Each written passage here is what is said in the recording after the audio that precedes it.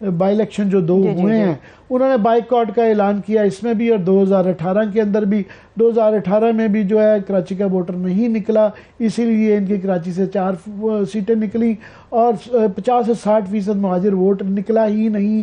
M Q M کے ایک تو منقسم ہے، دوسرا وہ نکلا نہیں، بائیکاٹ کیا. وہاں کی صورتحال جاننا لیں، آپ کا کیا خیال ہے؟ اس وقت ہمارے ساتھ صحافی کراچی سے متعلق ہی اپڈیٹ کریں گے. فیض اللہ خان صاحب ہمارے ساتھ موجود ہے. Thank you so much Faiz Ullah Khan Sahab. Over to you. جی، فیض اللہ خان صاحب سے بہت بہتر اس کا وہ لیا جا سکتا ہے کہ یہ بہت گہری نظر رکھتے ہیں سیاست کے اوپر، کراچی کے اوپر، اور بڑی اصل وہاں پہ ایک بہت بڑا ایشو یہ ہے کہ ابھی بھی ایک دہشت ہے، لوگ کھل کے بات نہیں کرتے. اور ان کا تو یہ مشہوری اسی بات کی ہے کہ یہ برملار بات کہتے ہیں، اس کی صحبت بھی برداشت کر کے آئے ہیں. الحمدللہ افغانستان میں جیل بھی کاٹ کے آئے ہیں، تو یہ اس لیے دلیری سے بات کرتے ہیں. ہمیں فیض سمجھائیں اس وقت کہ سب سے پہلے تو یہ میری بات ادھوری رہ گئی تھی کہ الطاف بھائی فیکٹر آج بھی کراچی میں کتنا امپورٹنٹ ہے. اور یہ تو اگر دیکھا جائے تو 2 متحارب گروپ ہیں. کامران ٹسوری ایک بالکل ڈیفرنٹ ہے، اور یہ ایم کیو این پاکستان اور ہے، اور لندن گروپ اور ہے. مگر اکٹھا کرنا جو ہے، دونوں ایک پیج پہ نظر آتے ہیں، ہو نہیں سکتے مگر نظر آتے ہیں. بہت شکریہ عامر صاحب اور ثروت صاحبہ. دیکھیے، جہاں تک ان تمام لوگوں کو متحد کرنے کی بات ہو رہی ہے، ایم کیو ایم تو عالمی اور مقامی طور پر کئی دھڑوں میں تقسیم ہے. Muhajir Qaumi movement, M Q M London, M Q M Bahadurabad, بحالی رابطہ تحریک، اور اس کے ساتھ ساتھ جو ہے پی ایس پی. ایشو یہ ہے کہ یہ بہت سارے صفر مل کر بھی اس وقت تک مکمل نہیں ہوتے ہیں جب تک ایک بنیادی عدد 90 کی شکل میں ان کے ساتھ منسلک نہیں ہو جاتا. تو اس کے بغیر تو ظاہر سی بات ہے کہ وہ کوئی بہت زیادہ اہمیت نہیں رہتی. اگر یہ تمام لوگ ایک ہو بھی جاتے ہیں، اگر ہم یہ فرض کر لیتے ہیں کہ کل پرسوں میں پی ایس پی، متحدہ قومی موومنٹ اور فاروق ستار صاحب یہ تمام لوگ ایک ہو جاتے ہیں، تو اس کے بعد ان کا کتنا ووٹ ہے؟ دیکھیے، مصطفیٰ کمال صاحب کی حالیہ جتنی بھی الیکشنز میں کارکردگی رہی ہے وہ کوئی بہت اچھی تو نہیں رہی ہے. وہ 4-5 نمبروں پر تھے اور بہت کم ووٹ انہیں ملے. اسی طرح سے ایم کیو ایم پاکستان کا بھی یہی حال تھا. بائیکاٹ والا فیکٹر یقینی طور پر ایم کیو ایم کی سیاست کے حوالے سے اب بھی بڑی اہمیت رکھتا ہے. وہاں سے جو کال آتی ہے متحدہ قومی موومنٹ جو لندن ہے، بانی قائد الطاف حسین، ان کی جانب سے جب بھی کال آئی تو ایم کیو ایم اس کے نتیجے میں خاصی ڈیمیج ہوئی ہے. اور وہاں بیٹھی ہوئی جو ایم کیو ایم لندن ہے، اس کے لیے سب سے زیادہ خوشی کا موقع تب ہوتا ہے جب ایم کیو ایم پاکستان کو کوئی شکست ہوتی ہے، یا انہیں کم ووٹ ملتے ہیں، یا پھر اپنے مطالبات کے لیے وہ پیپلز پارٹی کے پاس جاتے ہیں اور وہ مطالبات تسلیم نہیں ہوتے. تو اس ساری صورتحال کو الطاف حسین بہت زیادہ انجوائے کرتے ہیں. لیکن اس سے بڑھ کر سوال یہ ہے کہ کیا الطاف حسین واپس آئیں گے، اور اگر وہ آئیں گے تو کیا کراچی کا ریئیکشن ہوگا؟ میرے خیال سے متحدہ قومی موومنٹ کے بانی الطاف حسین کی واپسی کے لیے جو بہترین وقت تھا وہ 2004، 2005 اور 2006 کا تھا. یہ وہ موقع تھا جب ایم کیو ایم کے خلاف آپریشنز ختم ہو چکے تھے، پرویز مشرف صاحب کی گورنمنٹ تھی، اس کا یہ حصہ بن چکے تھے، اور کراچی میں ایم کیو ایم بہت زیادہ طاقت کے ساتھ آئی اور وفاق میں وزارتیں بھی تھیں. یہ وہ مرحلہ تھا جب الطاف حسین صاحب کو واپس آنا چاہیے تھا، لیکن اس موقع کو بھی ضائع کیا گیا. اور اس کے بعد 2008 سے 2013 تک کا جو کراچی کا ایک ٹائم تھا وہ امن و امان کے لحاظ سے بدترین دور تھا. ایک طرف خودکش دھماکے تھے، دوسری طرف قتل و غارت گری تھی. پیپلز پارٹی، عوامی نیشنل پارٹی اور ایم کیو ایم آپس میں اتحادی تھے، حکومت میں شامل تھے، وفاق میں بھی، صوبے میں بھی، لیکن ایک بڑا بدترین دور تھا. اور یہ دور ایم کیو ایم کا تنظیمی لحاظ سے بڑا پاورفل دور کہلاتا ہے. اسی دور میں جو سابق چیف جسٹس تھے افتخار محمد چودھری صاحب، ان کو روکنے کی کوشش کی. دیکھتے ہیں اگر وہ نہیں آتے تو کیا یہ جس طرح آپ نے فرمایا 0+0+0 ہی رہیں گے؟ یہ سارے گروپ اکٹھے ہو بھی گئے. دیکھیے، اگر ان کے بغیر یہ سارے گروپس اکٹھے ہو بھی جاتے ہیں تو ان کی وہ طاقت نہیں ہے، کیونکہ کراچی میں جو اس عرصے میں ایک تبدیلی ہوئی ہے، اگر آپ جو سرویز آئے ہیں ان کا جائزہ لیں تو کراچی میں 15 سال سے لے کے 30 سال تک کے جو بھی نوجوان نسل ہے، اور ہم نے خود بھی کئی بار لوگوں سے پوچھا تو اس کی بہت بڑی تعداد جو ہے وہ خان صاحب کی فین ہے. اور وہ خان صاحب کو پسند کرتے ہیں. ان کی الطاف حسین بھی چوائس ہے, لیکن وہ چونکہ نیا ووٹر سسٹم میں آ چکا ہے اور یہ وہ نوجوان ہیں جنہوں نے نہ ایم کیو ایم کو اس طرح سے دیکھا ہے, نہ الطاف حسین کا دور دیکھا ہے, تو یہ ان ساری چیزوں سے بے خبر ہیں. الطاف حسین صاحب اگر آ بھی جاتے ہیں وہ ڈیمیج تو کریں گے, لیکن اگر کوئی یہ سمجھتا ہے کہ جو 2013 تک کامیابی ملتی رہی تھی ایم کیو ایم کو, اس طرح کی کوئی کامیابی ملے گی, تو ایسا نہیں ہوگا. پیپلز پارٹی نے یہاں پر اپنے کچھ حلقے بنا رکھے ہیں, کافی عرصے سے وہ اس میں جیتتے چلے آ رہے ہیں. ان کی 3-4 نشستیں ہیں, وہ وہیں تک محدود رہتے ہیں. پھر پی ٹی آئی کا جو کراچی کے شہری تھے, وہ 2013 کا جب الیکشن ہوا تھا تو پہلی بار ہم نے دیکھا کہ جو پولنگ اسٹیشنز کے باہر لائنیں لگی تھیں اس میں بالکل اجنبی چہرے ہمیں نظر آئے. یعنی یہ وہ لوگ تھے کراچی کے جو کبھی نہیں نکلے تھے. تو سب اس وقت حیرت ہوئی تھی کہ یہ کون لوگ ہیں, تو وہ پی ٹی آئی کا ووٹر تھا. اور اس وقت ایم کیو ایم کو پہلی بار بڑا دھچکا لگا تھا اور پی ٹی آئی کو بڑے اچھے ووٹ ملے تھے. اس وقت جیت نہیں سکے تھے, کئی جگہوں پر انہوں نے دھاندلی کا الزام بھی عائد کیا. اور اس کے بعد عملی طور پر متحدہ قومی موومنٹ کے لیے الطاف حسین کی موجودگی کے باوجود بہت زیادہ مشکلات پیدا ہو چکی تھیں.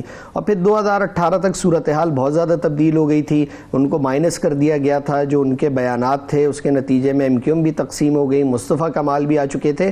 لیکن اگر آپ 2018 میں بھی ان تمام دھڑوں کے ووٹ یکجا کر لیں, سارے اکٹھے بھی ہو جائیں, تو الطاف حسین فیکٹر اتنا بڑا ہے کہ یہ کوئی بڑا امپیکٹ کریٹ نہیں کر سکیں گے. اور پی ٹی آئی کا جو اس وقت زور چل رہا ہے, جو نوجوان نسل ہے جنہوں نے الطاف حسین کی شکل بھی نہیں دیکھی, اگر دیکھا ہے تو ان کی وہ لیٹ نائٹ پہ بالکل انکوہرنٹ قسم کی اسپیچز اور وہ ان کا وہ والا امیج ہے, تو اس وجہ سے وہ ان سے مرعوب نہیں ہوتے. مگر آپ نے, میں تھوڑا سا حیران ہوں کہ آپ نے اس امکان کو رد نہیں کیا کہ اگر وہ آ بھی گئے کہ جیسے وہ آ سکتے ہیں, جو کچھ وہ کہہ کے گئے ہیں اور جو ان کے وچار رہے ہیں, ان کے آنے کو ہی, امکان کو ہی ایکسیپٹ کرنا بڑا مشکل میرے لیے تو ہو جاتا ہے.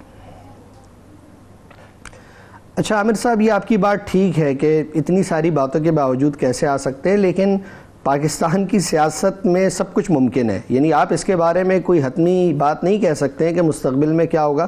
اچھا, کراچی میں یہ بات ویسے ہو رہی ہے, سوشل میڈیا پر بھی ہو رہی ہے, عام آپ لوگوں کے ساتھ بیٹھیں تو ایک یہ بات عام لوگ کرتے ہیں کہ بھائی آ رہے ہیں. اب یہ بات کہاں سے چلی ہے, کس نے چلائی ہے, اس کا علم نہیں, لیکن ایک یہ گفتگو ہوتی ہے. لیکن اگر الطاف حسین اب آ بھی جاتے ہیں تو وہ اتنے اب طاقتور نہیں رہیں گے جو ماضی کی بات تھی. دیکھیے وہاں سے بیٹھ کے, وہ لندن سے بیٹھ کے بولتے تھے کراچی کو بند کر دو, تو آپ یقین کریں کہ یہ 2-2.5 کروڑ آبادی کا شہر آدھے گھنٹے میں بالکل بند ہو جاتا تھا. لیکن آج اگر وہ کہتے ہیں کہ کراچی میں 3 دن 1 دن کی ہڑتال کریں, تو کیا کراچی والے ہڑتال کریں گے؟ چیزیں بہت ساری بدل چکی. الطاف حسین کی طاقت یہاں موجود تنظیم تھی, لوگ بھی ان کے ساتھ تھے, اور ان کی جو تنظیم تھی وہ بڑی طاقتور تھی. ایک تنظیمی کمیٹی ہوتی تھی, ایم کیو ایم کا پورا سٹرکچر تھا, وہ ساری چیزوں کو مینیج کرتی تھی, چلاتی تھی. تو وہ سٹرکچر اب نہیں رہا ہے. باقی جو یہ نئی نسل ہے, یہ جو اس عرصے میں انٹرنیٹ کا زمانہ آیا ہے, سوشل میڈیا کا, یہ کنیکٹ ہو گئی ہے نئی نسل خان صاحب کے ساتھ. اچھا, ایک دلچسپ بات یہ ہے کہ آپ الطاف حسین صاحب ٹویٹر پر بھی فعال ہے. اگر آپ ان کے اکاؤنٹ کا جائزہ لیں, کراچی میں تو بہت بڑی تعداد ہے اردو بولنے والوں کی, بلکہ دنیا بھر میں, یعنی آپ صرف اس کا جائزہ لیں کہ ان کے فالوورز اس طرح سے نہیں ہیں جیسا کہ ہونے چاہیے. یعنی اس کا ایک مطلب یہ ہے کہ وہ جو ایک نوجوان نسل ہے وہ کوئی بہت زیادہ کنیکٹ نہیں ہے ان سے. لوگ موجود ہیں, اس سے انکار نہیں کیا جا سکتا, لیکن وہ کوئی ایک ایسی لہر بنانے میں کہ وہ اس کے نتیجے میں وہ پی ٹی آئی کو پیچھے کر سکیں یا اس کے لیے مشکلات کھڑی کر سکیں, یہ ابھی مشکل دکھائی دے رہا ہے. تو اس میں کوئی پرومیننٹ لوگ بھی ہیں. مجھے جو یاد پڑتا ہے, آخری جو پرومیننٹ آدمی جو اس دور میں بھی کھل کے ان کی حمایت کرتے تھے, قبر خالد یونس تھے, وہ بڑے علیل ہیں.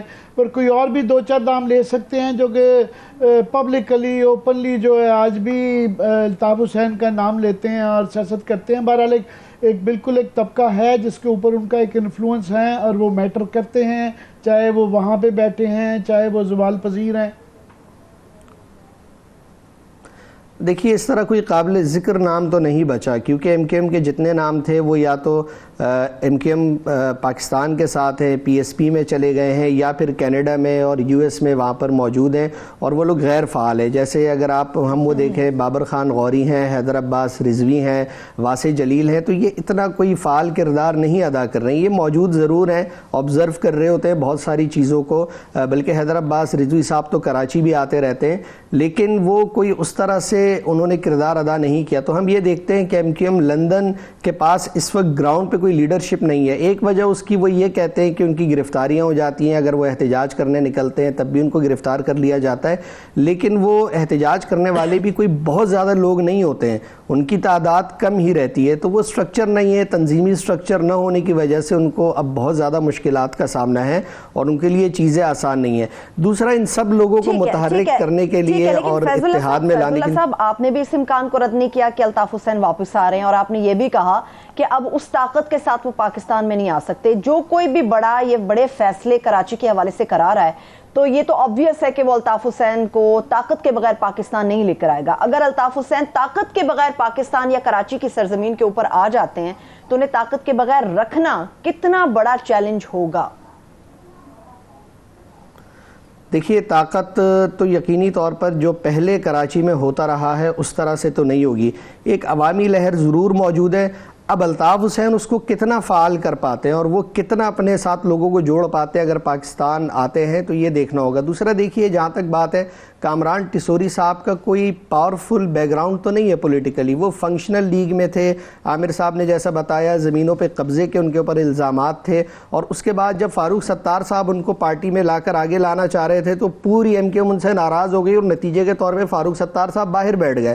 اور اب حال یہ ہے کہ وہی کامران ٹسوری صاحب گورنر بن گئے. اب یہ تو $1 ملین کا سوال ہے. خود ایم کیو ایم کی قیادت سے یہ سارے الزامات میں نہیں لگا رہا تھا، یہ تمام لوگ یہی کیا کیا کچھ ان کے متعلق نہیں کہتے رہے، اور یہ کہا گیا کہ فاروق ستار کو وہ پیسے لگاتے ہیں اور وہ ان کے فرنٹ مین ہیں، ان کے سپانسر ہیں، تو اس وجہ سے ہی یہ ناراضگی تھی.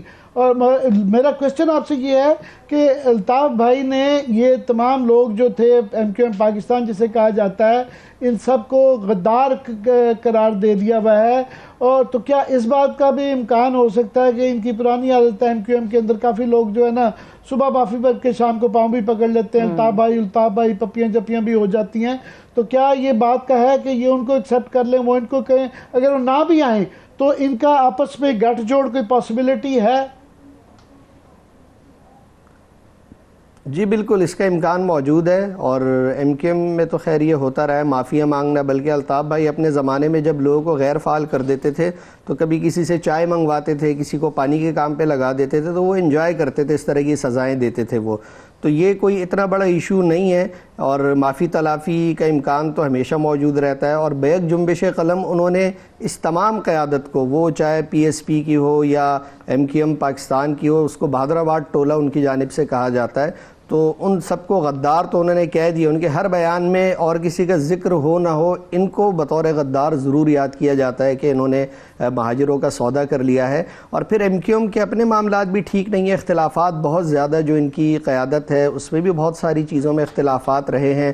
گورنر کی تقرری کے حوالے سے بھی بہت زیادہ مسائل ان میں سامنے آئے، لیکن چونکہ وہ تقرری کہیں اور سے ہوئی تھی تو ایم کیو ایم نے بھی اس کو اپنی تقرری مان کے لوگوں کو دے دیا. اب دیکھیں، کامران ٹسوری صاحب کا کوئی اس طرح سے طاقتور پس منظر نہیں ہے، لیکن وہ تمام دھڑوں سے مل رہے ہیں، ان کو ایک کرنے جا رہے ہیں، اور بلکہ اعلان بھی ہو جائے گا آج. تو اب سے کچھ دیر کے بعد گورنر صاحب جائیں گے، مصطفیٰ کمال صاحب سے ملاقات کریں گے، اور اس کے بعد پریس کانفرنس ہوگی. تو یہ 1-2 دنوں کے اندر اندر ان کا انضمام بھی ہو جائے گا، اور پی ایس پی اور متحدہ قومی موومنٹ پہلے مرحلے میں ملیں گے، پھر فاروق ستار بھی جوائن کریں گے انہیں.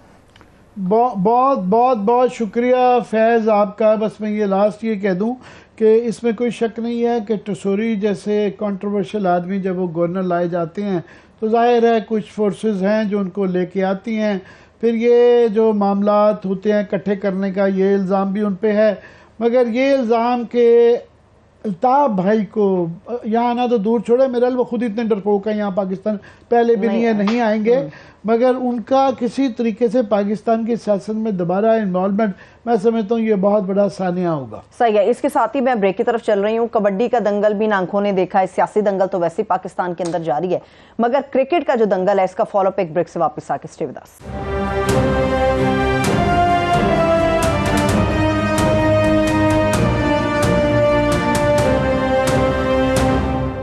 بریک کے بعد ایک بار پھر سے پروگرام میں ہم آپ کو خوش آمدید کہیں گے۔ عامر صاحب، ایک انٹرٹینمنٹ ہے ہماری کرکٹ، ہم سارے پاکستانی اس سے لطف اندوز ہوتے ہیں، مگر آج کل تو لطف ایک ایسی چیز سے آ رہا ہے جس کا کوئی جواز ہی نہیں ہے، وہ ہے آپس کی لڑائی، رمیز راجہ ورسز نجم سیٹھی صاحب۔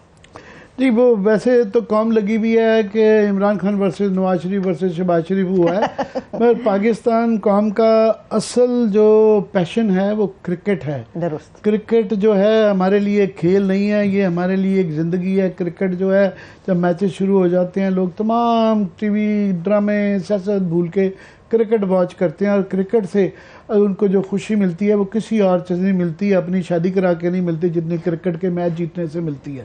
تو وہ یہ اس لیے جب کرکٹ کے اندر خرابیاں ہوتی ہیں، کرکٹ کے اندر سیاست ہوتی ہے، کرکٹ کے اندر ایک گند پڑ جاتا ہے، تو پوری قوم اس میں انٹرسٹڈ بھی ہوتی ہے، افسردہ بھی ہوتی ہے، اور بہت زیادہ اس پہ غور بھی کر رہی ہے۔ اور آج کل ہر تھڑے کے اوپر یہ لڑائی ہو رہی ہے۔ یہ وہ جو تھا نا نواز شریف تھا تو کہتے چلے گئے کہ مجھے کیوں نکالا، آج کل رمیز پوچھ رہا ہے کہ مجھے کیوں نکالا۔ اس بیچارے کو جواب نہیں دیا جا رہا ہے اس کا کہ تمہیں کیوں نکالا، اور نکالا بھی برے طریقے سے گیا۔ میں جو ہے وہ تو نجم سیٹھی صاحب بتائیں گے کیوں نکالا۔ ابھی بتاتا ہوں میں پورا، ابھی یہ بڑا اچھا سوال ہے، میں ابھی بتاتا ہوں، مگر یہ ہے کہ پہلی بات یہ کہ برے طریقے سے نکالا۔ یہ نجم سیٹھی صاحب ایک فنکار آدمی ہیں، ایک سیاستدان آدمی ہیں، پاور بروکر ہیں، وہ پولیٹیشین بھی ہیں، وہ بزنس مین بھی ہیں، وہ ویلر ڈیلر بھی ہیں، وہ کبھی صحافی بھی بن جاتے ہیں، وہ کبھی ٹاک شو ہوسٹ بھی بن جاتے ہیں، وہ ایک بزنس سارا کچھ ہی کر لیتے ہیں، جیک آف آل ٹریڈز ہیں۔ یہ رمیز راجہ بیچارہ صرف ایک کرکٹر ہے، اور کرکٹ چھوٹا نہیں ہے، وہ بہرحال پاکستانی کرکٹ ٹیم کا ایک کیپٹن ہے۔ اس کی ایک کرکٹ کے اندر اس کی ایک عزت ہے، یہ نہیں ہے کہ نجم سیٹھی صاحب نے بلہ نہیں پکڑا، وہ جو ایمیچرز چلانا اور ہے، پاکستان کرکٹ کو چلانا ایک اور چیز ہے۔ اس آدمی کو ویسے ہی احترام کرنا چاہیے تھا، ایک طریقے سے وہ کرنا چاہیے تھا، اس کو اپنے والے ہتھکنڈوں کے ساتھ، جس طرح نواز شریف کو نکالا گیا ان کو نہیں نکالا۔ نواز شریف کا بدلہ رمیز سے نہیں لینا چاہیے تھا، پہلی تو یہ بات ہے۔ وہ اپنا جواب دے رہے ہیں کہ نہیں ان کا سامان نہیں چھینا تھا، یہ نہیں چھینا تھا۔ وہ 1 سال تو نہیں اور ہوا یار، کیا قیامت آ جاتی ہے اگر آپ تھوڑی دیر برداشت کر لیتے، رہنے دیتے، پورا اس کو فائدہ ہوتا، دیکھ لیتے کہ کیا پرفارمنس تھی، اچھی تھی بری تھی۔ اور آلریڈی پہلے دیکھیں انگلینڈ کی ٹیم جس طریقے سے ہاری، اب یہی رہے گا کہ پتہ نہیں ان کی وجہ سے ہاری یا ان کو کیونکہ نکالے جانے کی سازش تھی اس وجہ سے ہار گئی، یہ ایک رہتا ہے نا۔ برے طریقے سے نکالا، انسیریمونیسلی نکالا، بے عزت کر کے نکالا گیا، جو ایک پوری دنیا میں ہماری جاگت سائی ہو رہی ہے، کرکٹ کی دنیا میں نہیں ہو رہی، انڈیا میں بھی لوگ ہنس رہے ہیں کہ یار یہ دیکھیں کیا وہاں پہ کیا ہو رہا ہے، کیا ایک کرکٹ کیپٹن کو وہ بیچارہ بڑا اچھا تبصرہ کرتا تھا، انگریزی بول کے تھک جاتا تھا، مگر ابھی کیا وہ کسی جگہ کامنٹری وغیرہ کیا کرے گا، اس کو لوگ نہیں بلائیں گے، یہ ایک مذاق بن کے رہ گیا نا اس کے بیچارے کا، تو بالکل مستقبل۔ یہ تو واپس آ جاتے ہیں، یہ نجم سیٹھی صاحب جو ہیں یہ 3ری دفعہ واپس آئے ہیں۔ یہ جی 2000 جو ہی نواز شریف صاحب آتے ہیں، یہ ان کی نون لیگ کی گورنمنٹ آتی ہے، یہ PCB میں آ جاتے ہیں۔ یاد رہے کہ یہ جو 2014 میں آئے تھے تو 2013 میں انہوں نے الیکشن کروائے تھے، لوگوں کو بھول جاتا ہے کہ یہ کیئر ٹیکر پنجاب کے چیف منسٹر تھے، جس کے اوپر الزام لگایا عمران خان نے، انہوں نے 24 پنکچر لگائے تھے، وہ پنکچر تو ثابت نہ ہو سکے، مگر سب سے بڑا پنکچر یہ تھا کہ آپ الیکشن کروائیں، ایک بالکل انڈیپینڈنٹ کے طور پہ آپ نے کلیم کیا کہ میں بڑا ایماندار، اور آپ اسی پارٹی کو جو جیتی ہے اس کو جب جوائن کر لیتے ہیں، اور سب سے لوکریٹو پوسٹ پہ، سب سے بڑی جہاں پہ پرسن پریویلیج ہے، اور وہاں آپ اندھا دھند جو ہے، آپ نے یہ جو ابھی تفصیل دیں گے کہ کیا مال جس طریقے سے نوٹ یوں پھینکتے ہیں نا مجروں کے اوپر، یہ اس طرح پھینکتے رہے ہیں. کچھ شرم ہونی چاہیے. وہ جو خواجہ آصف کا کچھ حیا کرنی چاہیے تھی. اس کی تفصیل بتا رہے ہیں، وہ ڈینائل دے رہے ہیں. ہمارے پاس یہ پی سی بی کے پیپر دکھائیں گے کہ یہ کیا اس میں کرتے رہے. باقی آپ کا کوشچن آ جاتا تھا بڑا اچھا زبردست، آپ نے پوچھا کہ یہ کیوں آتے ہیں. یہ 2014 سے لے کے پہلے یہ چیئرمین ایگزیکٹو کمیٹی آئے تھے ان کے شہریار خان صاحب کے انڈر جو تھے، اس میں بھی یہ خرچے بعد میں بتائیں گے. پھر یہ دوسری دفعہ پھر آگے نون لیگ جو ہے 2018 سے یہ 17 سے 18 تک رہے، اور اس کے بعد یہ اب یہ تیسری دفعہ آ گئے ہیں. دوسری دفعہ یہ پی سی بی چیئرمین آئے تھے. تیسرا ٹینیور ہے. آپ بڑا اچھا کہہ رہی تھی کیوں، وائی پی سی بی کیوں، پی آئی اے چیئرمین ہے، فلانی جگہ ہے. تو یہ ایک سونے کی چڑیا ہے پی سی بی جس کا نام ہے. ایک تو آف کورس جو ہے اتنی کرکٹ کے اوپر آ جاتا ہے، اختیارات آ جاتے ہیں، پاکس پریولیج یہ وہ، مگر یہ اس کے جو ہیں وہ بلینز، اربوں اور خربوں کے کاروبار ہیں. اس کے اندر جو منی انوالوڈ ہے is into billions and billions in dollars, جو ہے نا اس کی جو لین دین ہوتی ہے، آپ اس کے ٹوٹل بادشاہ ہوتے ہیں، آپ کا بڑا انفلوئنس ہوتا ہے. سو آپ کیا یہ بھی نظر آئے گا، بتاتے ہیں سیاہ و سفید کے مالک ہوتے ہیں. دوسرا اس کے ساتھ ہی ایک تو سیاست ہے، نہیں ہونا چاہیے کہ ایک گورنمنٹ آتی ہے وہ ایک پالیسی بنا دیتی ہے دوسری بنا دیتی ہے. یہ Noon league versus P T I جو ہے نا وہاں بھی یہ والا سلسلہ شروع ہو گیا ہے. ساتھ میں یہ صرف یہ دیکھ لیں کہ سٹیکس اتنے زیادہ ہیں کہ صرف براڈ کاسٹنگ رائٹ جو ہوتے ہیں جو کہ پی ایس ایل کے بیچے جاتے ہیں، اس دفعہ جو بیچے گئے جو کہ پی ٹی وی اور اے آر وائی نے لیا، وہ 4.2 ارب کے صرف جو ٹیلی ویژن پہ رائٹس حقوق بیچے جاتے ہیں، نشریاتی حقوق، وہ صرف وہ 4.2 ارب روپے کے تو وہ تھے. تو وہ جو دیے جاتے ہیں، ایک پارٹی کو ڈنڈی اگر مار دی جائے تو ارب روپے ادھر ادھر ہو جاتے ہیں. تو یہ ساتھ میں صرف لڑائی نجم سیٹھی اور رمیز راجہ کی نہیں ہے، یہ پاکستان کے 2 سب سے بڑے نشریاتی ادارے جو ہیں، میں نام لے دیتا ہوں، ایک کا نام جیو ہے، ایک کا نام اے آر وائی ہے. یہ بھی بہت بڑی پارٹیز ہیں. تو یہ ان کی لڑائی بھی ہے. اور اتفاقاً سے ایک چینل جو ہے ایک طرف جا چکا ہوا ہے، دوسرا چینل دوسری طرف جا چکا ہوا ہے. یہ بھی کوئی ڈھکا چھپا بات نہیں ہے کہ جو کہ کہیں نہ جا سکے، بالکل اوپن ہو چکا ہوا ہے. اور ان کو دونوں چینلز اس میں بالکل کلیئرلی پوزیشن لے چکے ہوئے ہیں اپنی. اس کے اندر ایک اور دونوں کا، ایک کا ڈائریکٹلی اپنا چینل ہے، دوسرا ایک انڈائریکٹلی ایک چینل کے اندر شراکت دار ہے. تو وہ ساتھ میں براڈ کاسٹنگ رائٹ دونوں کے پاس چینل بھی ہیں سپورٹس کے. تو اس کے لیے لڑائی رہتی ہے. تو جب نجم سیٹھی صاحب آتے ہیں تو ان کے فیوریٹ چینل کو چلا جاتا ہے، اور سب جب ان کو نہیں آتے تو وہ دوسرا چینل لے جاتا ہے. اب میں اس کی ڈیٹیل میں نہیں جاتا کون فیئرلی جاتا ہے یا انفیئرلی جاتا ہے، مگر یہ ساری گیم کے پیچھے ایک تو معاملہ یہ ہے. دوسرا یہ ہے، بدقسمتی یہ ہے کہ جب اس طرح کے آپ برے طریقے سے آتے جاتے ہیں تو وہ بیچارہ کولیٹرل ڈیمیج میں بڑے لوگ مارے جاتے ہیں. وہ جو پہلے کی، ابھی تو الحمدللہ نئے بادشاہ کو ہر کوئی سلام کر رہا ہوتا ہے. کچھ لوگ جو ہے عاقب جاوید صاحب پچھلے دنوں بہت زیادہ کھل کے بات کر رہے تھے کہ جی جو ہے رمیز راجہ کی بڑے تعریفیں کر رہے تھے کہ بڑے اچھے آدمی ہیں. اب وہ بھی خلاف ہو گئے ہیں، کل میں سنا ہر کوئی کسی سے آج اپنے بڑے لوگوں سے بات کی. نجم سیٹھی صاحب کہیں آ جائیں، وہ بھی ہمیں دستیاب نہیں ہوئے، سوال ہی نہیں پیدا ہوتا. ہم کہہ رہے ہیں کل آ جائیں، پرسوں آ جائیں، جب بھی آ جائیں. وہ روز کا آپ دیکھیں، روز کا وہ چڑیا لے کے بیٹھ جاتے تھے اور بالکل وہ ہماری جان نہیں چھوڑتے. اب یہ نوکری وہاں سے پی سی بی سے ختم ہو جاتی ہے تو نیکسٹ ریفیوج جو ہے نا وہ ٹیلی ویژن پہ آ جاتے ہیں. اور پھر independent analysis, very independent journalist, I am independent journalist بن جاتے ہیں. کیا کریں اس ملک کے اندر جو ہے. تو وہ روز ٹی وی پہ بولنے کا ان کا تجربہ ہے. اپنا ایک آدھا کوئی وہ بھی چلاتے ہیں، کوئی کیا کہتے ہیں جی، پورٹل چلاتے ہیں بہت زیادہ جی.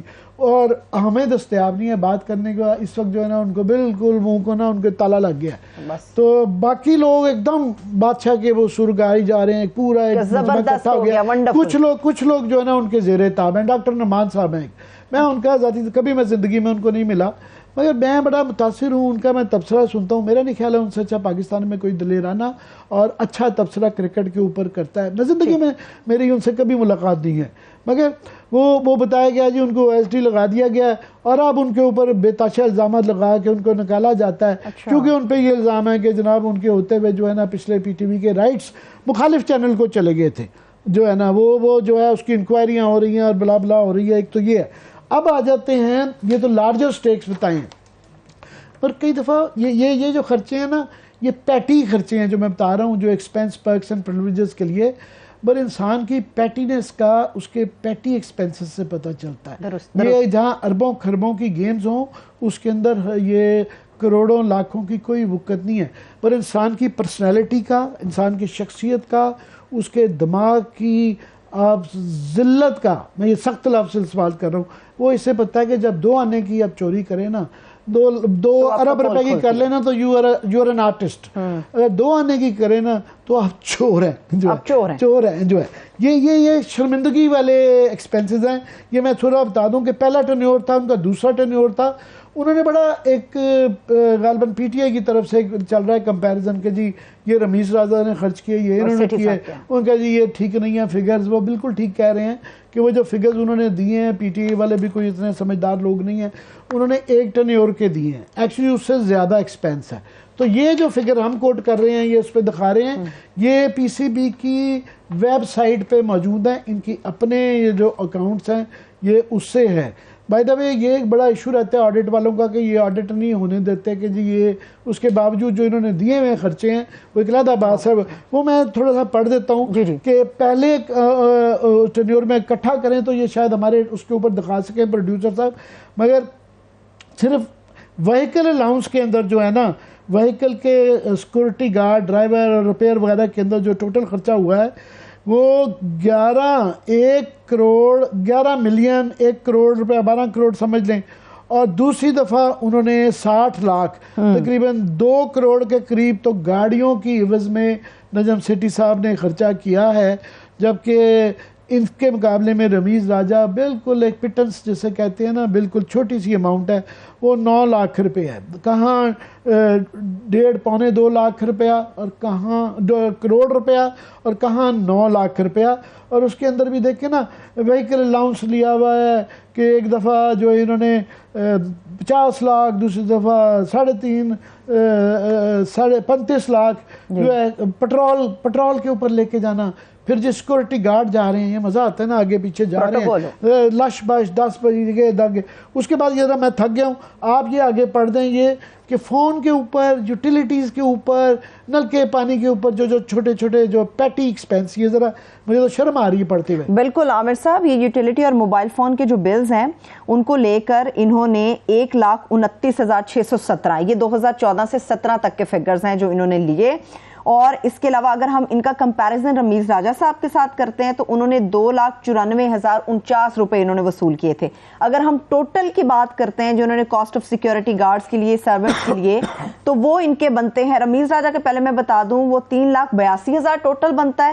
اور اگر اس کو کاؤنٹر کرتے ہیں ہم سیٹھی صاحب کے ساتھ تو وہ میں آپ کو بتا دوں کہ وہ بنتا ہے 3,79,592 روپے جو انہوں نے وصول کیے. اور بطور چیئرمین PCB وہ بنتے ہیں 16,80,867 روپے جو انہوں نے وصول کیے. ڈیلی الاؤنس اینڈ اکاموڈیشن جو ہے نا اب یہ جو ہے کہ آپ PCB کے چیئرمین ہیں اتنے بڑے تنخواہ بھی لیتے ہیں ساتھ میں تنخواہ شاید غالباً نہیں لیتے ہیں تو یہ ڈیلی الاؤنس اکاموڈیشن کی وجہ سے ہی نا ایک دفعہ 70 لاکھ دوسری دفعہ پھر جو ہے 78 لاکھ.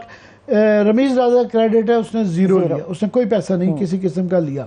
پھر اس کے بعد جی اسپاؤس ٹریولنگ یہ اسپاؤس ٹریولنگ میں ہے تو چھوٹی اماؤنٹ 3,47,000 بتائی گئی ہے اور کافی میں نے کہا نا یہ ان آڈیٹڈ ہیں. یہ میں بتایا نا کہ پیٹی ہے اس کے کم ہونے میں یہ جو ہے نا زیادہ شرمندگی ہے. یہ باقی ذرا پڑھیں. اچھا ٹھیک ہے. اچھا ویسے میں آپ کو بتا دوں الاؤنس ڈیلی جو لوکل ہے ڈومیسٹک بالکل یہ ڈومیسٹک والا میں آپ کو بتا دوں کہ انہوں نے 4,66,215 روپے بطور ایگزیکٹو وصول کیے تھے. مگر ہم آگے جاتے ہیں عامر صاحب تو آگے جانے کے بعد ہمیں پتہ چلتا ہے بطور چیئرمین انہوں نے 16,34,605 روپے عامر صاحب؟ وہ اوور آل میں بتا دیتا ہوں کہ ڈومیسٹک ٹریولنگ جو ویسے ہی اس کے اندر جو ہے نا 17 لاکھ، دوسرے میں 19 لاکھ ہے. تو یہ جو ہے یہ والا الاؤنس ہے. بزنس انٹرٹینمنٹ، اب یہ کیا کھانچے ہیں نا، اس کے اندر ایک کھانچہ ہے. پی ایس ایل پڑھیں، پی ایس ایل، ہاں پی ایس ایل خوفناک ہے. پی ایس ایل کے اندر جو ہے انہوں نے 1 کروڑ 41 لاکھ روپیہ ہے. مگر میں یہ ایکسپلین کر دوں کہ اس کے اندر جو انہوں نے یہ کیا ہوا ہے کہ انہوں نے اس کو کانٹیسٹ کیا ہوا ہے. انہوں نے کہا ہے جناب یہ فگر جو ہے نا یہ ڈسپیوٹڈ ہے. اور یہ جو ہے نا اس لیے یہ ابھی Sethi has filed a claim in the courts for payment of the same. انہوں نے کہا نہیں یہ جو ہے یہ میرا یہ غلط ہے. مگر ان کا جو ہے اس کا رمیز راجہ کا ان کا تو یہ کنٹیسٹڈ 1 کروڑ اور 41 لاکھ روپے ان کا زیرو ہے. سو یہ کم از کم جو ہے رمیز راجہ نے ایک اپنی کلاس دکھائی ہے کہ کرکٹر جو ہے وہ ایک بہرحال ایک جو کیپٹن رہا ہے، پیٹی ایکسپینس انہوں نے اس طریقے سے نہیں کیا.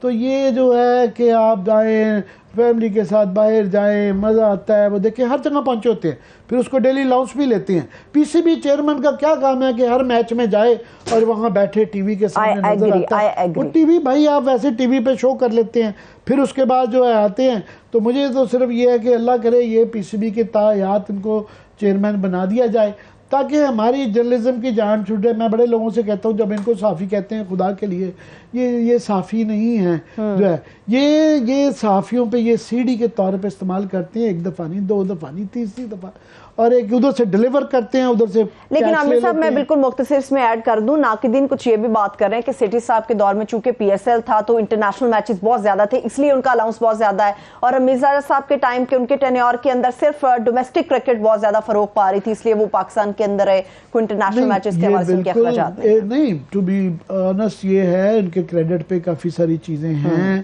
پی ایس ایل کا شروع کیے جانا وہ ان کے کریڈٹ پہ ہے، اور بھی کئی چیزوں کے اندر ان کا کریڈٹ ہے، مگر وہاں پہ کلٹ بنا لیا گیا ہے جس کی کوئی حد نہیں ہے. یہ جو باقی ایکسپینس میں کہہ رہا ہوں نا کہ کہیں ان کی پیٹینس پہ ہے، اب جو ہے یہ زیادہ اماؤنٹ نہیں ہے کہ جگنو بی بی جو ہیں، میں نے بتایا نا کہ وہ رئیس ہے، وہ جو ہے یہ پیکیجز خاندان سے مچلز فیکٹری کی مالکہ ہیں. وین گارڈ اتنا بڑا ان کا ایک گروپ ہے، مگر جس طرح ایک چھوٹے سے دفتر کے اوپر قبضہ انہوں نے F6 پہ کیا نا، پیٹی کام ہے. تو 3 لاکھ روپے کا ایک ٹکٹ خرید لیتی تو کیا فرق پڑتا؟ ٹھیک ہے، میرے پاس لاسٹ 4 منٹس ہیں.